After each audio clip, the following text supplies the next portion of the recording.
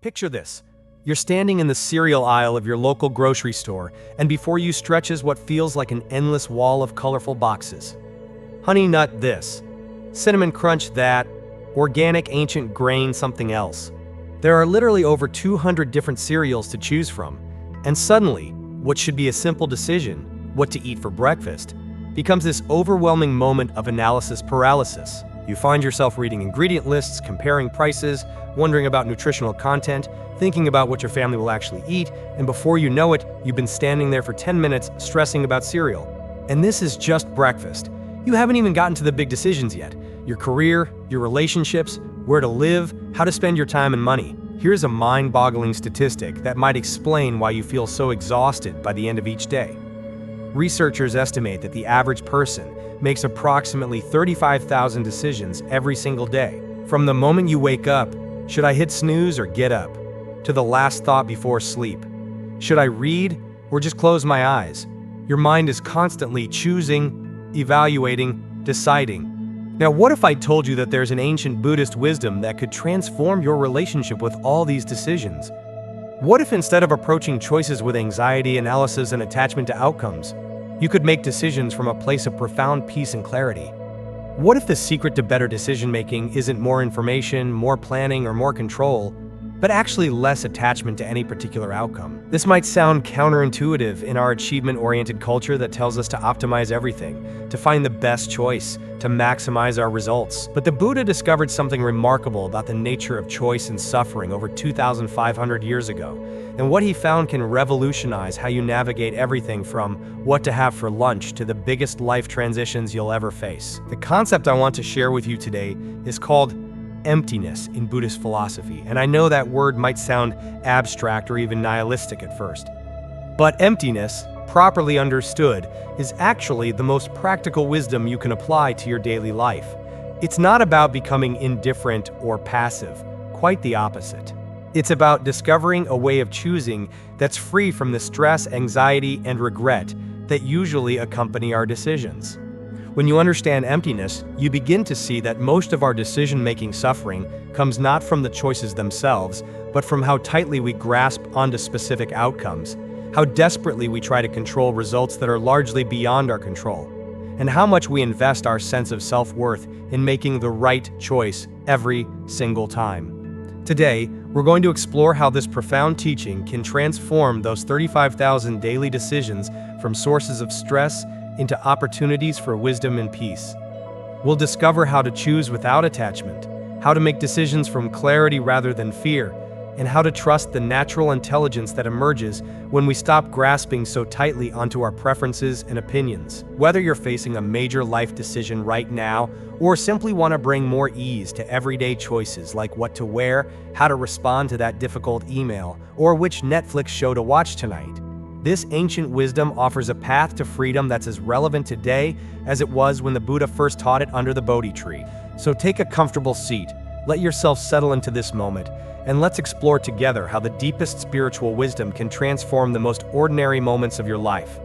Your next decision, and every decision after that, can become a doorway to awakening. Let's dive deeper into why decision-making has become such a source of suffering in our modern world. You know, our ancestors who lived just a few generations ago had dramatically fewer choices to make each day. When you woke up on a farm in 1850, you pretty much knew what you were going to wear. You had maybe 2 sets of clothes. You knew what you were going to eat, whatever was growing in your garden or stored from the last harvest. Your career options were limited by your family's trade, your geographic location, and your social class. Now, I'm not romanticizing the past. There were certainly hardships and limitations that we're fortunate not to face today. But there's something we can learn from the simplicity of having fewer choices. Our brains, you see, haven't evolved much since those simpler times. Yet we're asking them to navigate a complexity of choice that's unprecedented in human history. This creates what psychologists call decision fatigue, that feeling of mental exhaustion that comes from making too many choices. You've probably experienced this. Maybe you've had a day of back-to-back meetings where you had to make decision after decision, and by evening, you can't even choose what to have for dinner. Your brain is simply tired from all that choosing, and what should be a simple pleasure, a meal, becomes another burden. But here's where it gets even more interesting from a Buddhist perspective. The problem isn't just the quantity of choices, it's how we relate to them. Our minds have this tendency to turn every decision into a potential source of suffering by grasping onto specific outcomes with what we might call a choosing mind, that's driven by attachment, fear, and the illusion that there's always one perfect choice waiting to be discovered. Think about the last time you had to choose a restaurant for dinner with friends. Did you find yourself scrolling through endless reviews, comparing prices, worrying about dietary restrictions, thinking about parking, wondering if everyone will be happy with your choice? What should be a simple matter of finding a place to share a meal becomes this elaborate exercise in trying to optimize multiple variables, while simultaneously trying to avoid any possibility of disappointment. This is what the Buddha called grasping, this desperate holding on to outcomes, this attachment to things being a particular way. When we approach decisions with grasping, we're essentially saying, my happiness depends on making the right choice, and if I choose wrongly, I will suffer. This creates enormous pressure around every decision, no matter how small. The grasping mind also creates what we might call the perfect choice illusion, this belief that somewhere out there exists the ideal option that will bring us complete satisfaction without any drawbacks. So we research endlessly, compare obsessively, and often end up paralyzed because no real choice can live up to the fantasy of perfection we've created in our minds. I see this all the time with people choosing careers. They'll spend months or even years trying to find the perfect job, one that pays exactly what they want, uses all their skills, provides perfect work-life balance, has colleagues they love, offers ideal growth opportunities, and aligns perfectly with their values. When they can't find this mythical perfect position, they either settle for something while feeling disappointed, or they remain stuck in analysis paralysis, unable to move forward because nothing measures up to their ideal. The same pattern shows up in relationship decisions. People create elaborate lists of qualities they want in a partner, and then wonder why they can't find someone who checks every box. They swipe through dating apps with the mentality of a consumer choosing a product, forgetting that relationships are living, dynamic connections between imperfect human beings, not items to be optimized. Even our consumer choices have become sources of suffering. We live in a culture that promises happiness through consumption, yet studies consistently show that having more choices often makes us less satisfied with what we choose. When you have 3 options, you might be quite happy with your selection. When you have 30 options, you're more likely to experience regret, wondering if one of the other 29 might have been better. This is the paradox of choice that our modern world has created. The very freedom and abundance that should bring us joy has become a source of anxiety and dissatisfaction. We're like children in a candy store who are overwhelmed by options rather than delighted by possibilities. The Buddhist understanding of this suffering is profound and liberating. It suggests that the problem isn't the choices themselves, it's our attachment to controlling outcomes, our identification with being a good chooser, and our fundamental misunderstanding of the nature of satisfaction itself. When we grasp onto outcomes, we're essentially trying to guarantee a future that's inherently uncertain. When we make our self-worth dependent on making good choices, we turn every decision into a test of our adequacy as human beings. And when we believe that the right choice will bring us lasting happiness, we're setting ourselves up for disappointment, because all experiences, no matter how wonderful, are impermanent. This is where the wisdom of emptiness becomes not just philosophical insight, but practical medicine for the very real suffering we experience around decision-making. It offers us a completely different way of approaching choices, one that's free from grasping, open to uncertainty, and rooted in a deep understanding of how things actually work in our interconnected world. Now, when most people first hear the word emptiness in a Buddhist context, their minds often jump to some pretty concerning conclusions. They might imagine a cold, nihilistic void where nothing matters, where we become indifferent to life, or where we just give up caring about anything. Some people picture a kind of emotional numbness, like we're supposed to become robots who don't feel joy, love, or passion. But let me tell you something beautiful. This understanding of emptiness is completely backwards. True emptiness, as the Buddha taught it, is actually the most life-affirming, joyful, and liberating wisdom you can discover. It's not about becoming empty of feeling. It's about becoming empty of the mental constructions that create unnecessary suffering. Think of it this way. Imagine you're looking at a beautiful sunset. The conventional mind might think, I need to capture this moment perfectly. I need to take the best photo. I need to remember every detail. because this beauty is mine to possess. But the mind that understands emptiness simply experiences the sunset fully, without grasping, without trying to own the experience. Which approach allows you to actually enjoy the sunset more completely? Emptiness in Buddhist philosophy refers to the absence of inherent, independent existence in all phenomena. Now that might sound abstract, so let me break it down in a way that relates directly to your daily decision-making. When we say something is empty, we mean it doesn't exist in isolation. It arises in dependence upon countless conditions, causes, and relationships. Let's take a simple example. That cup of coffee you might be drinking right now. Your ordinary mind might think of it as a solid, independent thing, my coffee. But when you look with the eyes of emptiness, you see that this coffee exists only because of an intricate web of interdependence. There were coffee farmers, probably in a distant country, who planted and tended the beans. There was soil, sunshine, and rain. There were people who harvested, processed, shipped, and roasted the beans. There was the person who brewed it, the cup that holds it, your hands that can grasp it, your taste buds that can experience it. The coffee has no independent existence. It's a temporary coming together of countless elements and conditions. And here's the beautiful part. This doesn't make the coffee less real or less enjoyable. In fact, when you truly see its interdependent nature, you might find yourself feeling more grateful, more connected to the web of life that brought this simple pleasure into your experience. This same principle applies to your decisions. That choice you're struggling with, whether to take a new job, end a relationship, move to a different city, doesn't exist independently either. Your decisions arise from conditions, your past experiences, your current circumstances, your values, your relationships, the opportunities available to you, the broader social and economic context you live in. Understanding this interdependence is incredibly freeing because it means there's no isolated self that has to carry the full burden of choosing perfectly. Your decisions emerge from the dynamic interplay of conditions, and outcomes unfold through the same complex web of interdependence. The middle way understanding of emptiness is particularly important here. The Buddha taught about a middle path between two extremes. One extreme is believing that things exist inherently, independently, permanently. This leads to grasping and attachment. The other extreme is believing that nothing exists at all, that nothing matters. This leads to nihilism and despair. The middle way recognizes that things exist, but they exist interdependently, impermanently, and without fixed essence. Your choices matter deeply, but not in the way you might think. They matter because they affect the web of relationships you're part of, because they contribute to the conditions that shape future experiences, because they reflect and cultivate certain qualities of heart and mind.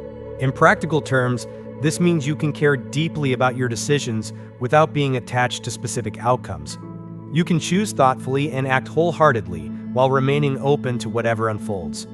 You can take responsibility for your choices without carrying the impossible burden of controlling their results. This understanding dissolves the anxiety that comes from thinking, I must choose the one right option or I'll ruin my life. When you see that your life is emerging from countless interdependent conditions, not just from your individual choices, you can relax into a more natural process of decision-making. It also frees you from the perfectionism that paralyzes so many people. If there's no inherently perfect choice waiting to be discovered, then you're free to choose based on your best understanding in this moment, knowing that whatever unfolds will become part of the conditions for your next choice. Perhaps most beautifully, emptiness reveals that the wisdom for good decision-making doesn't come from accumulating more information or developing better analytical skills, though these can be helpful. The deepest wisdom emerges from letting go of the grasping mind and allowing your natural intelligence to function freely. When your mind isn't clouded by attachment to outcomes, by fear of making mistakes, or by the desperate need to control the uncontrollable, a natural clarity emerges. This clarity isn't empty in the sense of being vacant. It's empty of obstruction, empty of the mental chatter that usually dominates our decision-making process. Think of it like a clear mountain lake. The lake isn't empty of water. It's empty of pollution, empty of cloudiness. Because it's clear, it perfectly reflects whatever appears: mountains, sky, birds flying overhead. Similarly, when your mind is empty of grasping and attachment, it becomes perfectly responsive to whatever situation you're facing. The right action often becomes obvious, not because you figured it out, but because you've created space for wisdom to arise naturally. This is the great promise of emptiness in decision-making. Not that you'll always make perfect choices, but that you'll be free from the suffering that usually accompanies choosing. You'll discover a way of navigating life that's responsive rather than reactive, wise rather than clever, and deeply peaceful regardless of outcomes. Now let's explore how this beautiful understanding of emptiness can transform the most practical areas of your life. Because here's the thing, spiritual wisdom is only truly valuable when it makes your actual everyday existence more peaceful, joyful, and free. Let's start with career decisions, since this is where so many people experience tremendous suffering. Traditional career advice tells us to find our passion, discover our purpose, land the perfect job that will fulfill all our needs. But when you approach career choices through the lens of emptiness, everything shifts. Instead of grasping onto the idea of a dream job that will complete you, you begin to see work as an interdependent expression of your current conditions, skills, and circumstances. You might ask yourself, given who I am right now, given the opportunities available, given my responsibilities and relationships, what form of work would allow me to contribute meaningfully while supporting my well-being? This doesn't mean settling or giving up on growth. Quite the opposite. When you're not attached to a fixed idea of what your career should look like, you become open to possibilities you might never have considered. You might discover that the job you thought was beneath you actually offers unexpected opportunities for learning and service. Or you might find the courage to pursue something unconventional because you're not locked into societal definitions of success. I know someone who spent years trying to become a lawyer because she thought it would bring security and status. She was miserable throughout law school, but pushed through because she was attached to the outcome. When she finally learned to hold her career choices more lightly, she discovered her true calling as a meditation teacher. The failure to become a successful lawyer became the condition for finding work that truly served her gifts and brought joy to countless others. Relationship decisions offer another beautiful arena for practicing emptiness. So much suffering in relationships comes from our projections and expectations, the stories we create about who someone should be, how they should behave, what they should provide for our happiness. When you approach relationships with an understanding of emptiness, you begin to see that every person you meet is arising from their own complex web of conditions, experiences, and circumstances. You can't control or change someone else, but you can choose how to respond to who they actually are in this moment. This applies to choosing romantic partners, of course. Instead of dating with a checklist of requirements, you might find yourself more curious about the actual person in front of you. What are their qualities of heart? How do they treat others? What kind of person do you become when you're around them? These questions arise naturally when you're not grasping onto an ideal image of the perfect partner, but it also transforms how you navigate existing relationships. That difficult conversation with your teenager, that conflict with your spouse, that boundary you need to set with a friend. When you approach these moments without attachment to specific outcomes, you're free to respond with greater wisdom and compassion. Parenting decisions become particularly liberating when informed by emptiness. So many parents exhaust themselves trying to control their children's outcomes, pushing them towards certain activities, schools, career paths because they're attached to their vision of their child's success and happiness. But children, like all beings, are arising from their own unique conditions and have their own path to walk. When you can hold your parenting choices lightly, doing your best to provide guidance, support, and love while remaining unattached to specific results, both you and your children experience greater freedom and authentic connection. Financial decisions are another area where emptiness can transform your experience. Money anxiety often comes from our attachment to security, status, or control. We grasp onto certain financial outcomes as if they could guarantee our well-being. Or we avoid financial planning because we're afraid of not having enough. Understanding emptiness helps you see that money, like everything else, is interdependent and impermanent. This doesn't mean being careless or irresponsible with finances, but it does mean making money decisions from clarity rather than fear or greed. You might find yourself naturally drawn toward generosity when you understand that hoarding comes from the illusion of separation. You might make career choices based on contribution rather than just compensation. You might approach financial planning as a form of skillful action while remaining unattached to the security you think it will provide. Consumer decisions offer wonderful opportunities for practicing non-attachment. Our culture constantly bombards us with messages that the right purchase will bring happiness, status, or fulfillment. But when you shop with an understanding of emptiness, You become naturally discerning about what you actually need versus what you think you want. Before buying something, you might pause and ask, what am I really seeking here? Am I trying to fill an emotional void? Am I seeking status or approval? Or do I genuinely need this item for practical purposes? This inquiry isn't about becoming austere or joyless. It's about making conscious choices that align with your actual well-being rather than your conditioned desires. I have a friend who used to be addicted to buying clothes. She had closets full of items she never wore, and shopping had become a way to avoid difficult emotions. When she learned to approach purchasing decisions with awareness of emptiness, she began to see through the story she was telling herself about what each new outfit would do for her confidence or happiness. Now she shops rarely, but when she does, she chooses items mindfully and enjoys them much more fully. Health and lifestyle choices become much simpler when approached through emptiness. Instead of grasping onto rigid diet rules, extreme exercise regimens, or perfect wellness routines, you can tune into what your body actually needs in each moment. Maybe some days your body craves movement and fresh vegetables. Other days you might need rest and comfort food.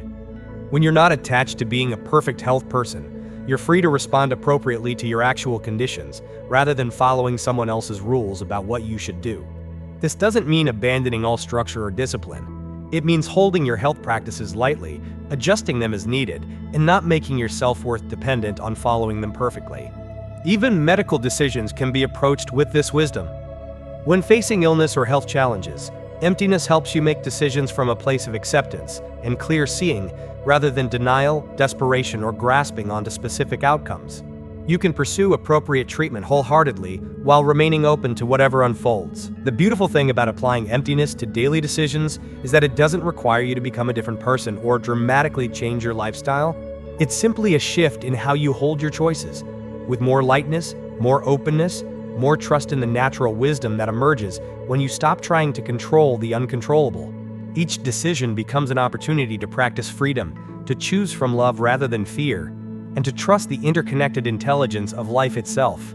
Your choices still matter deeply, but they matter in a different way, not as determinants of your worth or happiness, but as expressions of your growing wisdom and compassion. Now let's get beautifully practical. How do you actually apply this wisdom of emptiness when you're facing a real decision in your life?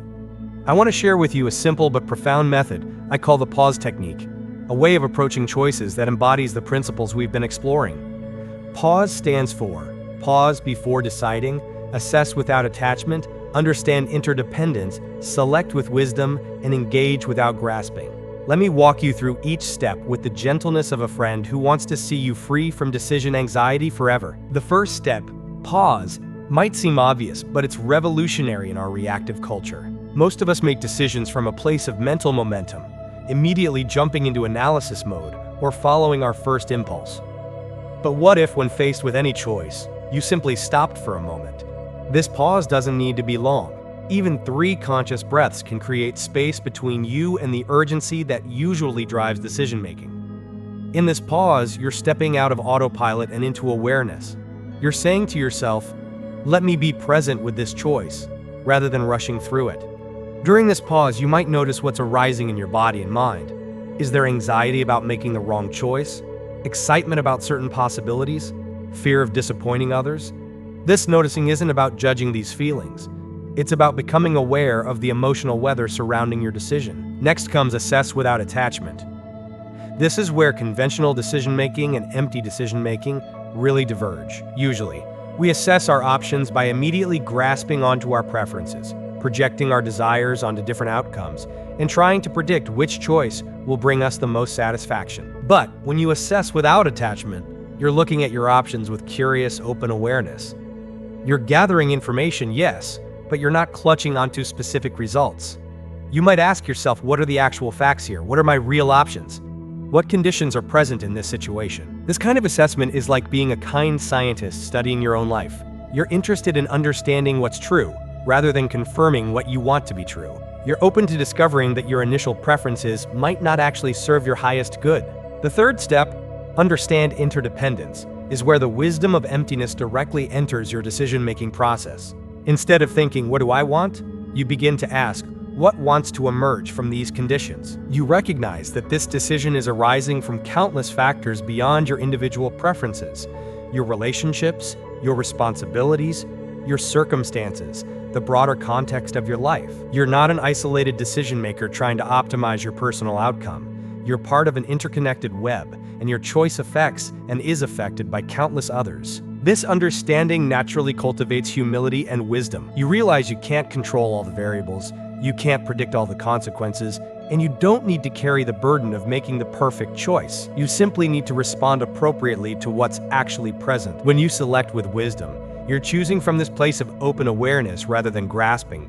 The right choice often becomes surprisingly clear, not because you figured it out intellectually, but because you've created space for your natural wisdom to emerge. Sometimes this wisdom points toward the practical choice, sometimes toward the adventurous one, sometimes toward staying put, sometimes toward making a big change. But whatever direction it points, you're choosing from alignment rather than fear, from trust rather than desperation. Finally, you engage without grasping. This means you act wholeheartedly on your decision while remaining unattached to specific outcomes. You give your full energy to whatever choice you've made, but you hold the results lightly. This is perhaps the most liberating aspect of empty decision-making. You're no longer making your happiness dependent on your decisions turning out exactly as you hoped. You can engage fully while remaining open to whatever actually unfolds. Now, let me share some specific questions that can help you cultivate this non-attached awareness when facing decisions. When you notice yourself getting anxious or stuck around a choice, you might gently ask yourself, what am I attached to here? What outcome am I grasping onto? What would I choose if I trusted that I could handle whatever results? Another powerful inquiry is, how does this choice serve not just me, but the larger web of relationships I'm part of? This question naturally expands your perspective beyond personal preference and connects you to the interdependent nature of all choices. One of my favorite questions for difficult decisions is, what would I choose if I had no ego involved in this? This helps you see past the stories you tell yourself about success, failure, image, and identity, and connect with deeper wisdom about what actually serves life. Sometimes I'll ask, what wants to emerge naturally from these conditions? This question treats your decision-making as a form of listening rather than controlling. You're becoming receptive to the intelligence that's already present in your situation, rather than trying to impose your will upon it. Working with regret and doubt is a crucial part of this practice. When you make a decision and later find yourself second-guessing it, traditional thinking might say you made a mistake. But from the perspective of emptiness, every choice, even those that lead to challenging outcomes, becomes part of your path of learning and awakening. When regret arises, you can practice seeing it as information rather than evidence of your inadequacy. What is this regret teaching you about your values, your patterns, your attachment to certain outcomes? How can this experience inform your future choices without becoming a source of self-judgment? The practice of empty decision-making also involves developing what we might call outcome equanimity, the ability to remain at peace regardless of how your choices unfold. This doesn't mean you don't care about results, but it means your well-being isn't entirely dependent on getting the results you want. Cultivating this equanimity requires practicing with small decisions first. Notice how attached you become to something as simple as what to watch on Netflix or which route to take to work. Can you choose, engage fully with your choice, and remain at peace if it doesn't turn out as expected? As you practice this approach to decision-making, you'll likely notice that the quality of your choices improves naturally when you're not clouded by attachment and anxiety, when you're considering the broader web of relationships and conditions, when you're choosing from wisdom rather than fear. Your decisions tend to serve life more fully. But perhaps more importantly, you'll find that the process of choosing becomes peaceful and even joyful. Decision-making transforms from a source of stress into an opportunity for practicing presence, wisdom, and trust in the natural intelligence of life itself. Let me share some real-life stories that illustrate how this wisdom of emptiness transforms actual decision-making. These aren't theoretical examples. They're genuine experiences from people who've learned to navigate life's choices with greater freedom and peace. Sarah was a marketing executive who received what seemed like a dream job offer, a significant salary increase, a prestigious title at a well-known company, and the kind of opportunity that her field considers a major career advancement. Her conventional mind immediately said yes. This was obviously the right choice, according to every external measure of success. But when Sarah applied the pause technique, she noticed something interesting. Beneath her excitement was a subtle feeling of dread. When she assessed without attachment, She realized that this new position would require her to work 60-hour weeks and relocate far from her aging parents who increasingly needed her support. As she understood the interdependence of her situation, Sarah saw that this decision affected not just her career trajectory, but her family relationships, her health, her ability to maintain the meditation practice that had become so important to her well-being. The obvious choice suddenly became much more complex. When Sarah selected with wisdom, rather than cultural conditioning, she chose to decline the offer. Instead, she negotiated with her current employer for more flexible working arrangements that allowed her to support her parents while still growing professionally. 2 years later, an even better opportunity arose locally, one that never would have been available if she had taken that first job. The beautiful thing about Sarah's story is that she made her decision without knowing this better opportunity would come. She chose from present wisdom rather than trying to predict the future, and life responded to her wisdom with unexpected gifts. Then there's Michael, who faced a relationship crossroads that many people encounter. He had been with his partner Emma for 3 years, and while they cared for each other deeply, they had fundamentally different visions for their future. She wanted children and a traditional family structure. He felt called to travel, volunteer internationally, and live more unconventionally. Michael's initial approach was to try to compromise his way out of the dilemma. Maybe they could have 1 child instead of 3. Maybe he could travel for just a few months each year. But this was actually a form of grasping, trying to control outcomes to avoid the pain of a difficult choice. When Michael learned to hold this decision with emptiness, he began to see that trying to force compatibility was causing both of them to suffer. Neither could authentically honor their deepest calling while trying to accommodate the other's completely different path. With tremendous love and sadness, they chose to end their romantic relationship. This wasn't a failure of love. It was love expressing itself through the wisdom to let go. Today they remain close friends, each living authentically according to their true nature. Emma is a devoted mother of 2, and Michael runs a nonprofit in Southeast Asia. Both found partners whose visions aligned more naturally with their own. Let me tell you about David, who faced a major life transition at age 55. After building a successful law practice over 25 years, he found himself increasingly depleted and questioning whether this was how he wanted to spend his remaining working years. But leaving meant giving up financial security, professional identity, and the respect that came with his established position. David's attachment to security and status initially kept him paralyzed. He spent months in analysis, creating elaborate spreadsheets, comparing different scenarios, trying to find a path that would guarantee both meaning and financial stability. But when David began practicing empty decision-making, he realized he was trying to control variables that were ultimately beyond his control. Economic conditions could change, health issues could arise, his firm could restructure. The security he was grasping onto was partly illusory anyway. From this understanding, David chose to gradually transition out of law and into teaching high school history, something he had always felt drawn to but dismissed as impractical. The financial adjustment required lifestyle changes, but he discovered a richness in his daily experience that no amount of money could have provided. His marriage strengthened, his health improved, and he found deep satisfaction in mentoring young people. Even our smallest, most mundane decisions can become opportunities for practicing this wisdom. Jennifer used to experience genuine anxiety about simple choices like what to order at restaurants. She would study menus obsessively, ask servers endless questions, and often regret her choice when she saw what others ordered. When Jennifer learned to apply emptiness to these micro decisions, everything shifted. She began choosing more intuitively, trusting that whatever she ordered would be part of her experience that day. If the meal was disappointing, she practiced seeing it as information rather than evidence of poor decision-making. Gradually, her anxiety around small choices dissolved, and this newfound ease began extending to larger decisions in her life. There's also the story of Maria, a single mother who had to decide whether to accept her ex-husband's request to move their daughter across the country for his job. Every parenting instinct wanted to say no. She would see her child less frequently, miss daily moments, have less influence over her daughter's day-to-day life. But when Maria looked at the decision through the lens of interdependence, she saw other factors. Her daughter would have more time with her father, access to better schools, and opportunities that weren't available in their current city. Most importantly, Maria realized that trying to hold on to her daughter through geographic proximity could actually harm their relationship if it came from possessiveness rather than love. Maria chose to support the move while creating new ways to maintain their close connection. Though painful initially, This decision ultimately strengthened her relationship with her daughter, who felt supported in her growth rather than constrained by her mother's fears. What's remarkable about all these stories is that none of these people could predict the full consequences of their choices when they made them.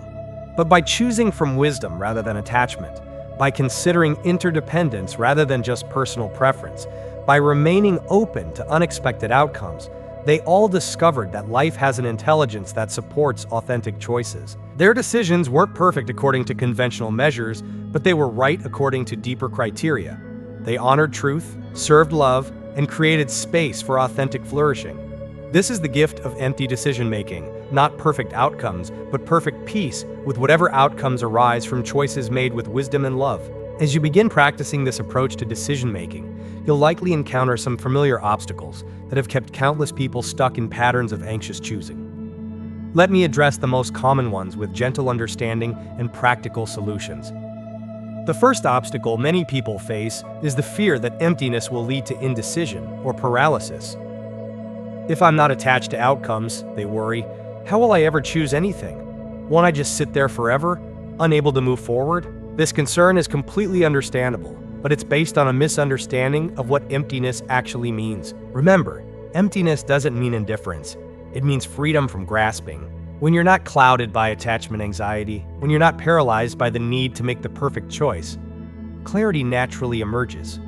In fact, people who practice empty decision-making often find they can choose more quickly and with greater confidence, not because they're careless, but because they're not burdened by the impossible task of controlling uncontrollable outcomes. Cultural conditioning presents another significant challenge. We live in a society that measures worth through achievement, that promises happiness through acquisition, and that equates success with getting what you want. When you start making decisions from emptiness, you might feel pressure from family, friends, or society to choose in ways that align with conventional definitions of success. The solution here is to gradually build confidence in your own wisdom while remaining compassionate toward those who don't understand your approach. You don't need to convince anyone else that your way of choosing is right. You simply need to trust your own experience of greater peace and clarity. Perhaps the most practical concern people raise is how to balance emptiness with real responsibilities, especially when making decisions that affect others like children, elderly parents, or employees. This sounds beautiful, they say, but I can't just choose based on what feels right. I have mortgages to pay and people depending on me. Here's the beautiful truth. Understanding emptiness actually makes you more responsible, not less. When you see the interdependent nature of your choices, you naturally consider their impact on others. When you're not driven by ego and attachment, you're more likely to make decisions that serve the well-being of everyone involved. Emptiness doesn't mean abandoning practical considerations. It means holding them within a larger context of wisdom and compassion. Finally, many people struggle with trusting the process when they're new to this approach. They might try empty decision-making once or twice, and if the outcomes aren't immediately better than their old way of choosing, they conclude it doesn't work. But like any skill, this wisdom develops through practice. Start with smaller, less consequential decisions to build your confidence before applying it to major life choices. Remember, the goal isn't to guarantee better outcomes. It's to find peace and wisdom in the process of choosing itself. As you practice, you'll discover that this approach to decision-making becomes its own reward, regardless of external results. As we come to the end of our exploration together, I want you to take a moment to feel the shift that's possible in your relationship with choice. From that overwhelmed feeling in the cereal aisle to this spacious understanding of how decisions can become doorways to freedom, what a beautiful journey we've traveled. The profound insight we've discovered is that your decisions flow most naturally when you release your tight grip on specific outcomes. When you understand that every choice emerges from the intricate web of conditions that make up your life, when you can choose wholeheartedly while holding results lightly, you discover a way of living that's both deeply engaged and fundamentally peaceful. This isn't about making perfect choices. It's about making conscious ones. It's about choosing from love rather than fear, from wisdom rather than attachment, from trust in life's intelligence rather than desperate attempts to control the uncontrollable. Here's my gentle invitation as you continue your journey. Start today with just one decision, however small. Maybe it's what to have for lunch, or how to respond to that email, or which route to take home. Apply the pause technique. Pause, assess without attachment, understand interdependence, select with wisdom, and engage without grasping. Notice what happens when you bring this quality of spacious awareness to your choosing. Notice how it feels to make decisions from this place of freedom rather than anxiety. And remember, every moment offers a fresh opportunity to begin again, to choose more consciously, to trust the natural wisdom that emerges when you stop trying so hard to get life right. Your next decision and every decision after that can become a practice in awakening, a chance to embody the profound truth that when we let go of grasping, life flows through us with remarkable grace and intelligence. The ancient wisdom of emptiness isn't separate from your modern life. It's the secret that transforms every ordinary choice into an expression of awakened living. Trust this process, trust your own wisdom, and watch how beautifully life unfolds when you choose from the spacious freedom of an unattached heart.